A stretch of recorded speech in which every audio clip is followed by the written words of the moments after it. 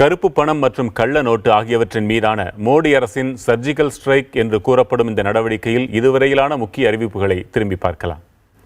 வங்கி மற்றும் அஞ்சலகங்களில் செல்லாத ரூபாய் நோட்டுகளை 4500 ரூபாய் வரை அளித்து டிசம்பர் 30 வரை மாற்றிக்கொள்ளலாம் என்பது மத்திய அரசின் முக்கிய அறிவிப்புகளில் ஒன்று.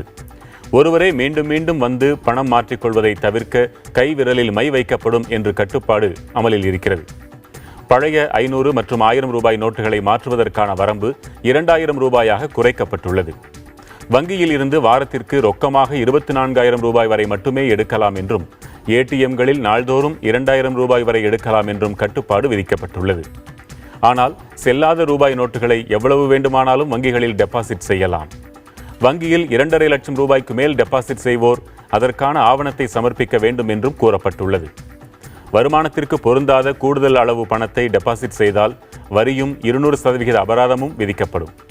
பணத்தட்டுப்பாட்டை குறைக்க விவசாயிகள் மற்றும் சிறு வணிகர்கள் மட்டும் வாரந்தோறும் 50000 ரூபாய் வரை எடுக்க தற்போது அனுமதிக்கப்பட்டுள்ளது.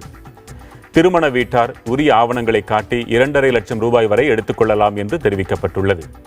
அதே வேளையில் மின்னணு பண பரிமாற்றத்திற்கு எந்தவித கட்டுப்பாடும் விதிக்கப்படவில்லை.